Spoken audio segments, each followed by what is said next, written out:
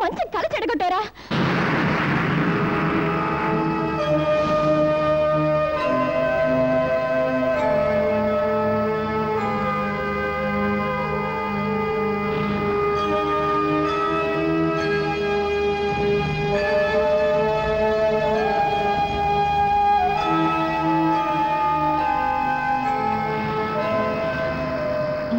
ఏళ్ల క్రితం మూతపడ్డ ఈ గుడి తలుపులు మళ్ళీ ఎప్పుడు తెరిపిస్తావా అని ఎదురు చూస్తున్నాను తండ్రి.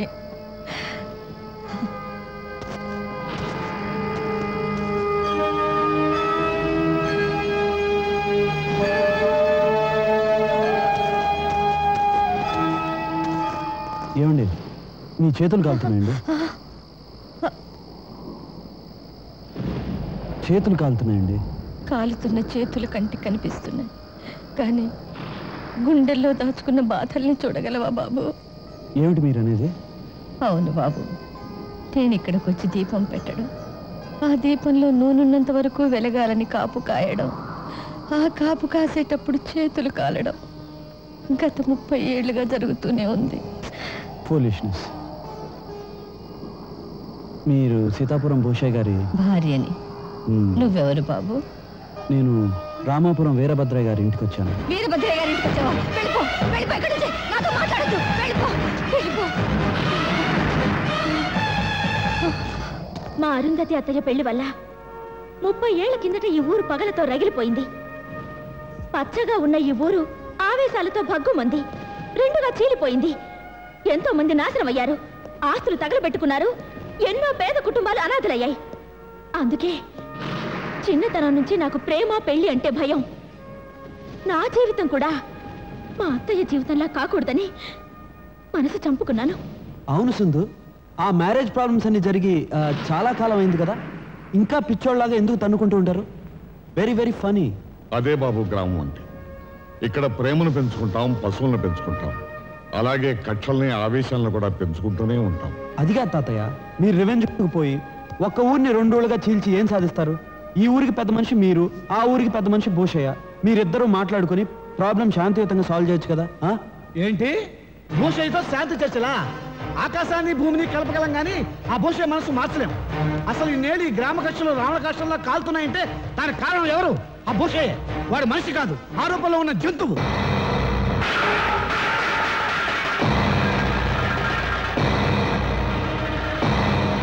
ఆ భద్రయ్యగాడు కల్లో కనిపించిన అపశకునంగా భావించి అర్ధరాత్రి పంతుల్ని పిలిపించి శాంతి చేయిస్తారురా. అట్లాంటి ఎదవగాడి పాలేరు కొడుకుతో నీ మనవరాలికి పెళ్ళంటావా? చంపేస్తాను, జాగ్రత్త. ఆపేయి, పెళ్లి జరగడానికి వీల్లేదు. ఏమండి, ఒక మాట దగ్గరకొచ్చి చెప్పు. అది కాదండి, దగ్గరకొచ్చి చెప్పు. రా దగ్గరకి, చెవిలో చెప్పు. పాపం ఆ పెళ్లి. పాపం పెళ్లి ఆపొద్దని చెప్పాలనుకున్నావు. లోపలికి. ఒరే చలమయ్యా, ఇంకొక్కసారి ఆ ఊరి జోలికి వెళ్ళావంటే నీ గూడెం తగలెట్టేస్తాను, జాగ్రత్త. వెళ్ళా.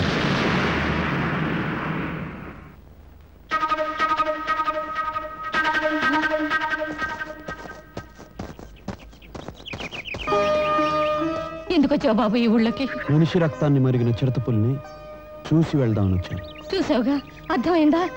కొన్ని ప్రాణాలను కాపాడడం కోసం ఒక చిరుతపుల్ని వేటాడి చంపిన పాపం లేదని ఎందుకంటారో ఇప్పుడు అర్థమైంది. గుడి దగ్గర చేతులు కాలుతున్నాయి బామ్మ అని ప్రేమతో బాధపడ్డావు. అదే ప్రేమతో నేను నిన్ను అడుగుతున్నాను, దయచేసి ఈ గ్రామ కక్షల్లో తలదూర్చనని నాకు మాట ఇవ్వు బాబు. నిలబెట్టుకోగలిగినప్పుడే మాట ఇవ్వాలి.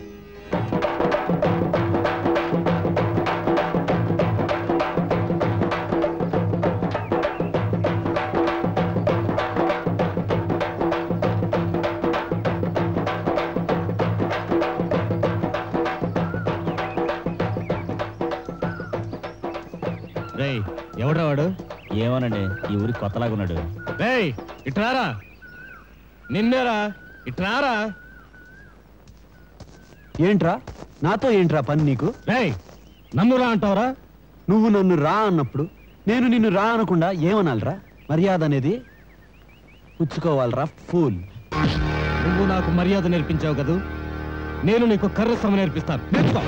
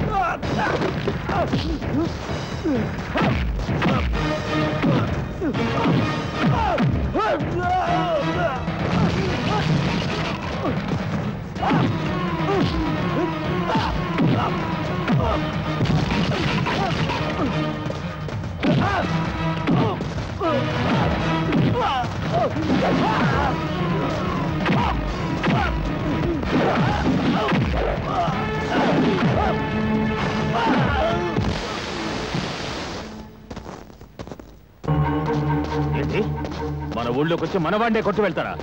ఎన్ని గుండెలు రా వాడికి. పదండ్రా. వాణ్ణి మన ఊళ్ళోకి రానిచ్చిన వాళ్ళని కలిపి నరుకుదాం. పదండి. మన ఊరి వాళ్ళని కొట్టడానికి, మన కుప్పలు తగలపెట్టడానికి గవర్రాజు గారి మనుషులు పంచలగేసుకుని వస్తున్నారట. ఎన్ని గుండెలు రా వాళ్ళకి. వాళ్ళ శాల్తీలు లేపితే గాని ఈ ప్రెసిడెంట్ నాగరాజుకి నిద్రే పట్టదు.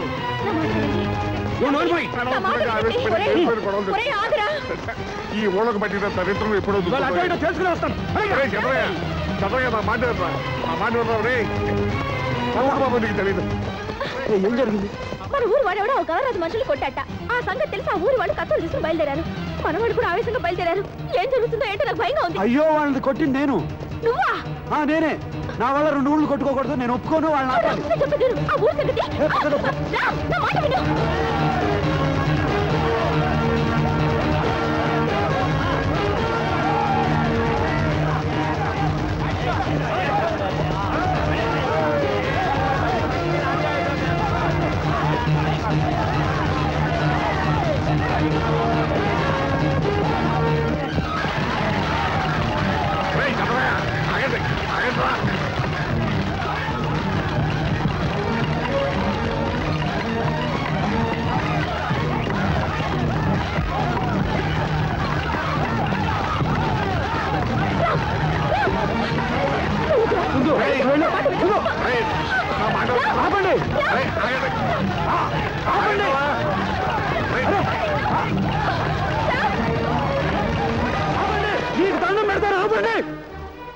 ఎవరిని కొట్టారో, ఎందుకు కొట్టారో ఆలోచించరే.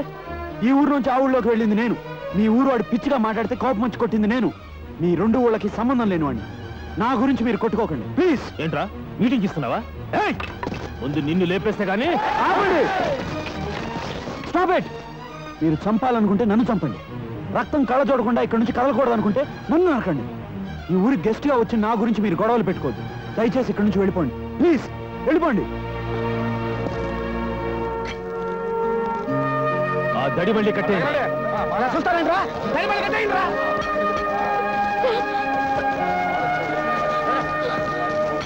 అమ్మాయిని మొన్ననే కదా కాలేజీలో చేర్పించాం. చదువు పూర్తి కాకుండానే అప్పుడే పెళ్ళంటే మా నాన్న ఒప్పుకుంటాడో లేదో.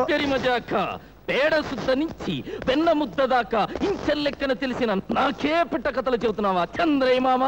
ఆ అమెరికా గాడంటే మీ ఇంటిల్లపాది ఒక హీరో లెవెల్లో ఫీల్ అవుతున్నారని నేనింకా తెలుసుకోకపోతే నా అంత లఫూట్ గాడే లేడు.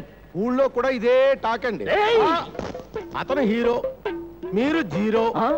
అనుకుందాం అతను నెంబర్ 1, మీరు తోటాలేని గన్నం. అనుకుందాం. అసలు మీ మనసులో ఉన్న మాట ఏంటో ఖరాఖండిగా చంద్రయ్యమామతో చెప్పండి.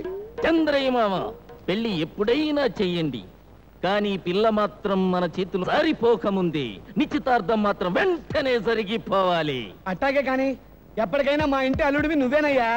నిశ్చితార్థం ఏర్పాటు వచ్చాయి. హత్తెరి మజాక.